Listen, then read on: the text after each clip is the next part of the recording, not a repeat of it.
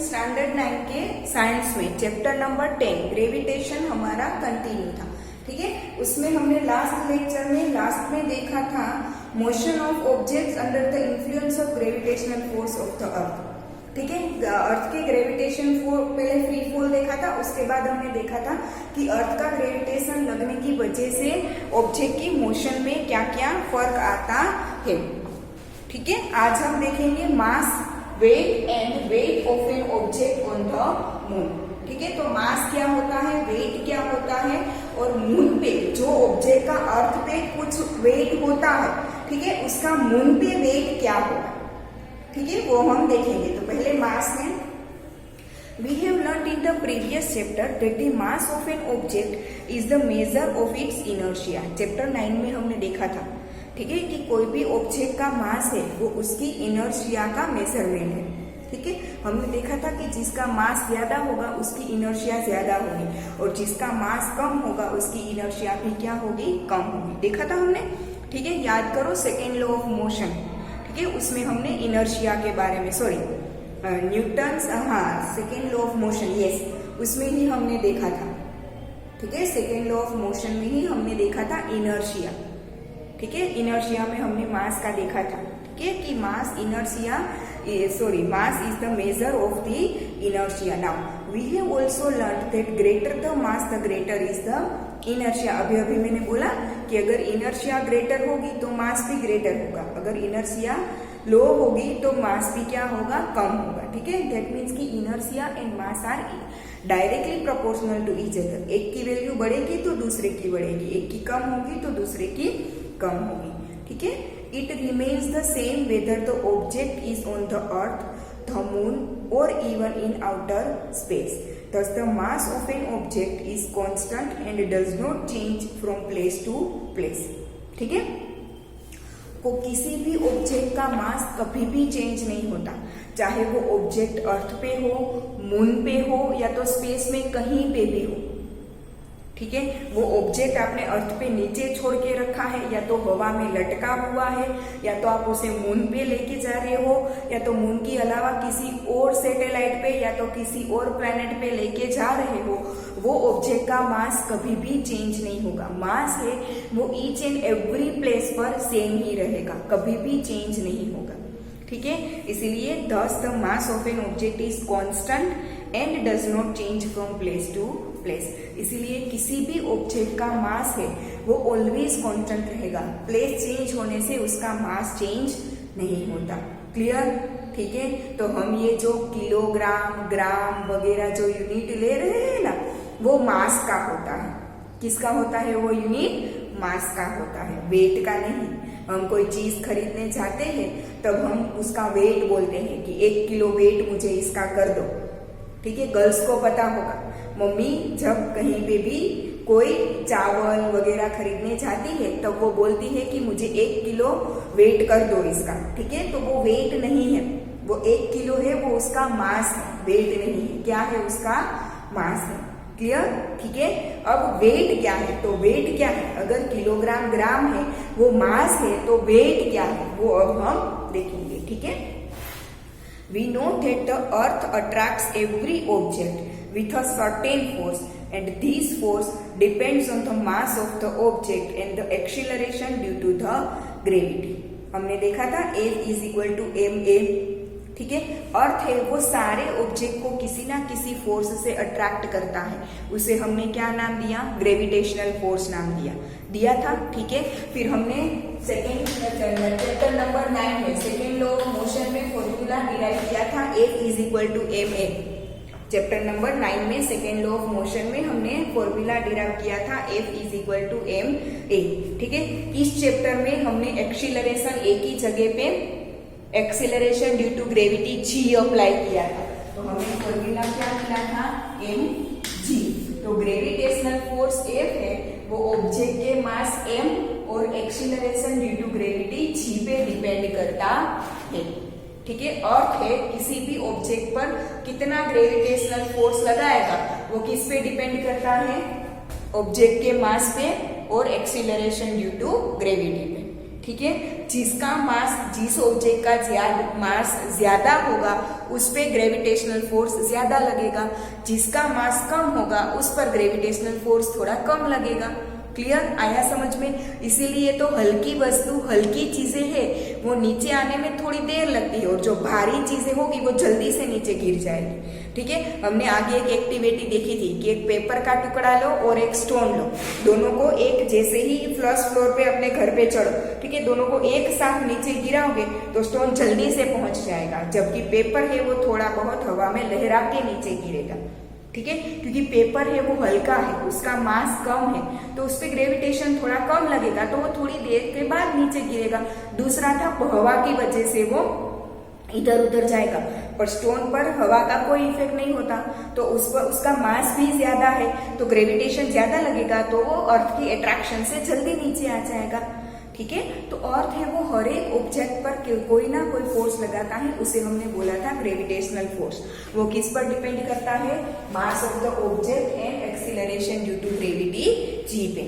ठीक है, the weight of an object is the force with which it is attracted towards the earth. अब किसी भी object का वेट क्या है कि जो फोर्स से वो अर्थ की तरफ अट्रैक्ट होता है उस फोर्स को उस ऑब्जेक्ट का वेट बोला जाता है। ये वेट की डेफिनेशन है, लिख लो और बुक में अंडरलाइन भी कर दो वेट की definition. The weight of an object is the force with which it is attracted towards the earth. ठीक है, ये वेट की डेफिनेशन है, बुक में लिख लो और इसे अंडरलाइन भी कर लो। ठीक है, तो किसी भी ऑब्जेक्ट का वेट क्या होता है?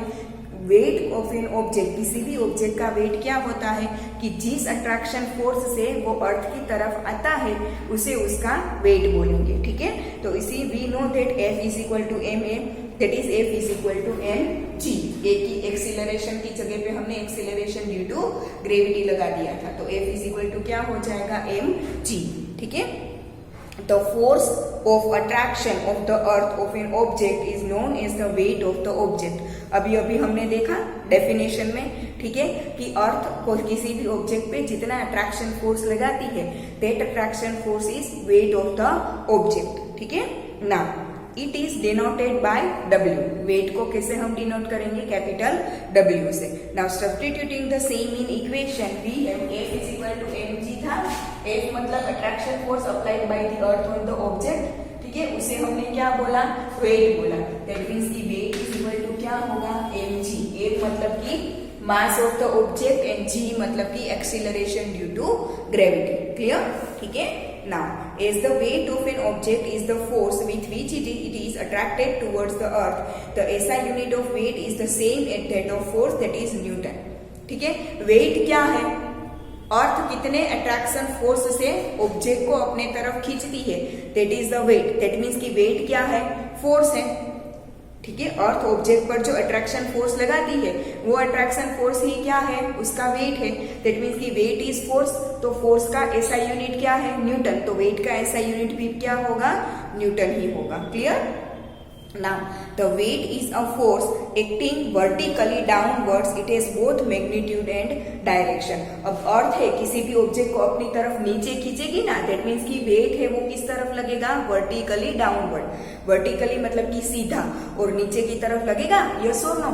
ठीक है, अर्थ है वो किसी भी चीज को अट्रैक्ट किस तरफ करती है? नीचे की तरफ करती है ना, अपनी तरफ। ठीक है, दैट मीन्स की वो चीज नीचे जाएगी, दैट मीन्स की वेट की डायरेक्शन क्या होगी? Vertically downward. अब वेट का कुछ वैल्यू तो होगा, मतलब कि मैग्नीट्यूड, और vertically downward that is its direction. That means की वेट का मैग्नीट्यूड एंड डायरेक्शन बोथ है। दैट मीन्स की वेट है वो वेक्टर क्वांटिटी है जिसका मैग्नीट्यूड एंड डायरेक्शन दोनों होगा। ठीक है, नाउ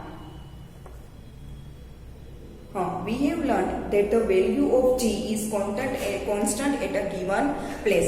स्मॉल g की वैल्यू हर एक प्लेस पर, गिवन प्लेस पर, किसी भी गिवन प्लेस पर वो कांस्टेंट रहेगी, कभी भी चेंज नहीं होगी। therefore at a given place the weight of an object is directly proportional to the mass, say m of the object, that is w proportional to m। वहां पे proportional की साइन छूट गई है, यहाँ पे देखो, यहाँ पे दिया है WM के बीच में स्पेस है, वहां पे आएगा प्रोपोर्शनलिटी की साइन, वो प्रिंट नहीं हुआ। आप करो W is proportional to M, ये प्रोपोर्शनलिटी की साइन वहां पे कर दो। ठीक है। अब किसी भी प्लेस के लिए पर्टिकुलर वो प्लेस के लिए जी क्या होता है, कांस्टेंट होता है। तो अगर हम जी को कांस्टेंट ले, दैट मीन्स की वेट किसी भी ऑब्जेक्ट का किस पर डिपेंड करता है, मास पर डिपेंड करता है। दैट मीन्स की W is directly proportional to M। Clear?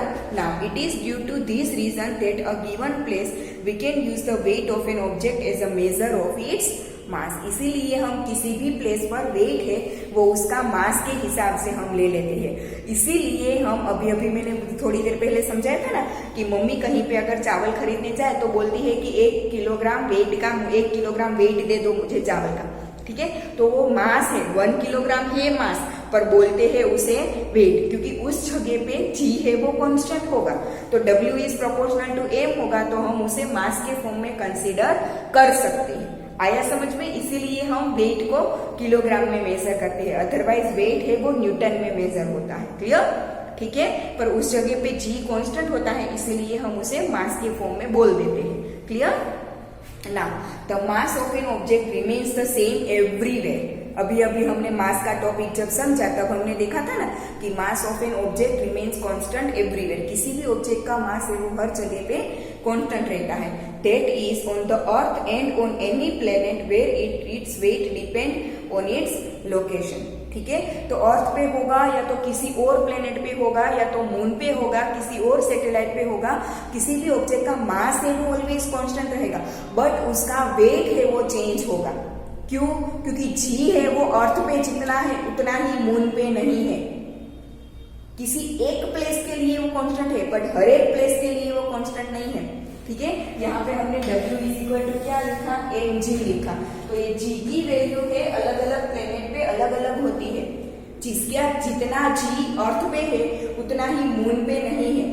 इसीलिए अर्थ पे किसी ऑब्जेक्ट का जो वेट होगा उतना ही वेट उसका मून पर नहीं हो सकता, क्योंकि जी चेंज हो जाएगा।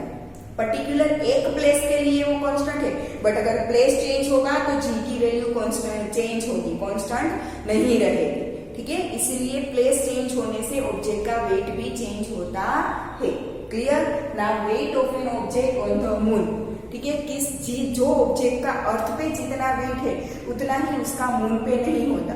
तो अर्थ पे अगर किसी भी चीज का वेट 1 न्यूटन है तो और मून पर उसका कितना होगा, ठीक है, वो अब हम देखेंगे। ठीक है। कि किसी भी ऑब्जेक्ट का अर्थ पे वेट और मून पे वेट के बीच का रिलेशन क्या है। वो ये ऑब्जेक्ट है उसका अर्थ पे वेट और मून पे वेट के बीच का रिलेशन क्या है वो अब हम देखेंगे। ठीक है। तो wait of an object on the moon वो अब हम देखेंगे।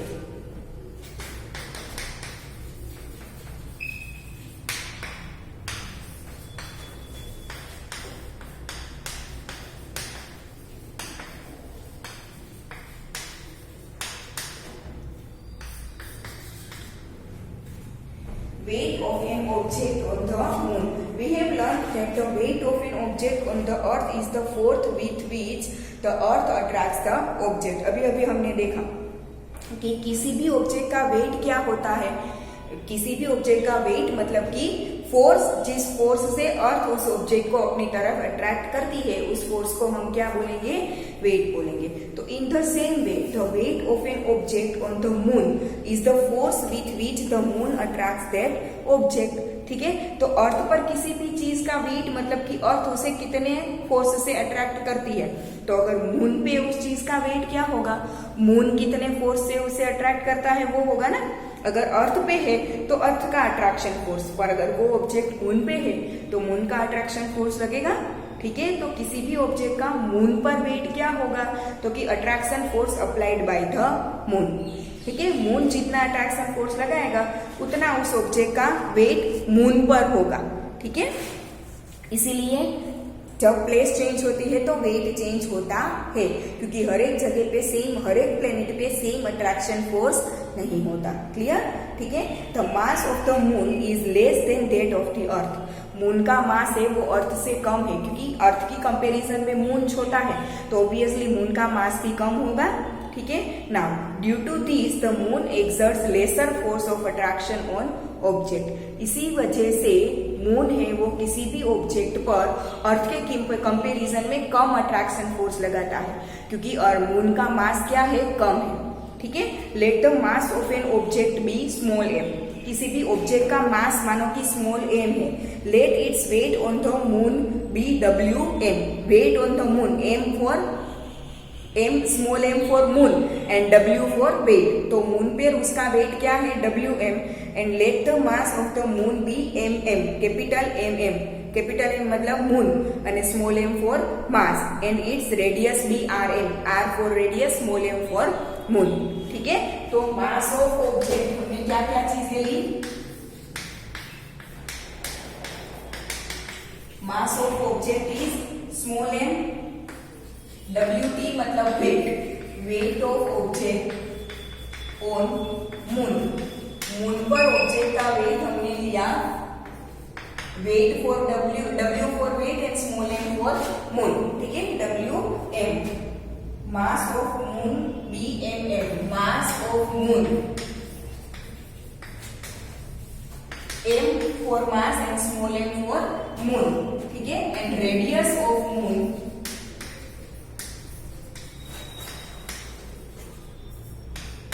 is equal to capital R and capital R for radius and small m for moon, ठीक है। Then WM, weight of moon, weight of object on the moon is equal to G M upon RM square, हमने देखा था ना, F is equal to G M upon D square और we can say R square, देखा था हमने, ये याद करो, F is equal to GMM upon R square देखा था, ठीक है। F की जगह पे W आएगा क्योंकि attraction force, weight is attraction force, तो F की जगह पे क्या आएगा W आएगा, capital G as it is, capital M क्या था यहाँ पे, अर्थ, मून, अर्थ का मास था, बट हम मून पे ले रहे हैं तो क्या आएगा मून का mass, small m mass of object, R क्या था रेडियस ऑफ अर्थ, हम यहाँ पे मून ले रहे हैं तो रेडियस ऑफ मून आएगा, क्लियर, ठीक है। यहाँ पे कैपिटल M था मास ऑफ अर्थ और कैपिटल R था रेडियस ऑफ अर्थ, बट हम अर्थ की जगह पे मून पे जा रहे हैं तो यहाँ पे क्या आएगा मास of moon and radius of moon, clear, ठीक है, ये आएगा ना। अर्थ पर वो चीज क्या होगी, वेट ऑन मून, ना weight on earth, weight on earth of the object is equal to क्या होगा GME मतलब mass of earth, small m मतलब की mass of object and RE मतलब की रेडियस ऑफ अर्थ, क्लियर। ये M वाला है मून पर और E वाला है अर्थ पर, ठीक है, ये होगा। अब हम क्या करेंगे, WM is equal to G 7.36 10⁻22 kgm upon 1.74 into 10⁻6 metre square.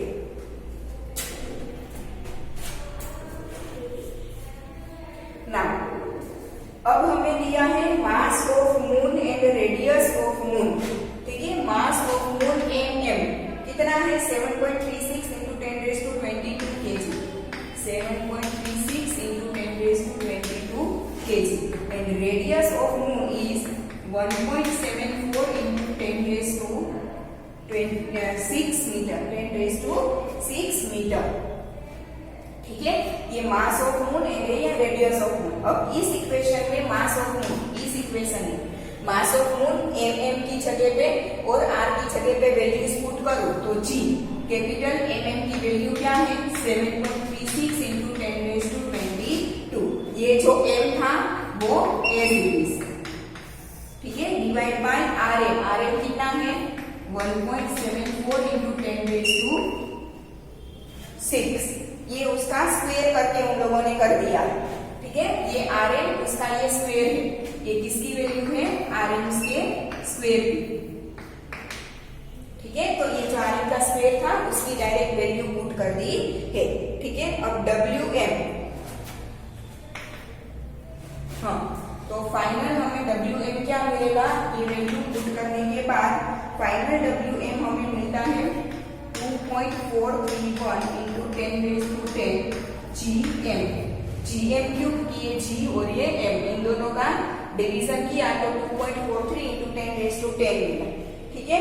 उसी तरीके से हम WE, अब ME mass of earth, RE radius of अर्थ, तो उसको तो हमने पहले ही देख लिया था, तो उसके ऊपर से हमें WE मिलता है 1.474 1.474 into 10 raised to 11 GM।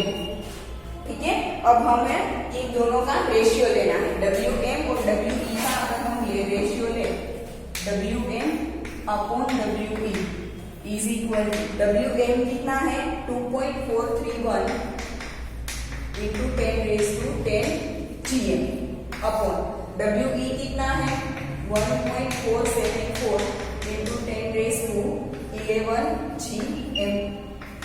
ठीक है, तो हमें रेशियो के क्या मिलेगा 0.165 WM upon WE is equal to 0.165 which is approximately 1/6। ठीक है, इक्वल टू सीधा नहीं किया, और अगर इक्वल टू ऐसा किया है दैट मीन्स की अप्रोक्सीमेटली, इसका मतलब क्या होता है अप्रोक्सीमेटली। तो 0.165 इज अप्रोक्सीमेटली 1/6। क्या होता है अप्रोक्सीमेटली 1/6। क्लियर? ठीक है, दैट मीन्स की mass on weight on moon is 1/6 of weight on earth. तो अर्थ पर जिस ऑब्जेक्ट का वेट 1 किलोग्राम है उसका मून पर वेट अर्थ पर जिस चीज का वेट 6 न्यूटन है, मून पर उसका वेट 1 न्यूटन होगा, 6 गुना कम हो जाएगा, 6 गुना ज्यादा नहीं कम हो जाएगा, 6th पार्ट हो जाएगा। ठीक है, तो अर्थ पर जिस ऑब्जेक्ट का वेट 6 न्यूटन है मून पर उसका वेट कितना हो जाएगा ओनली 1 न्यूटन, 6th पार्ट। ठीक है, दैट मीन्स की wait of the object on the moon upon weight of the object on the earth is 1/6।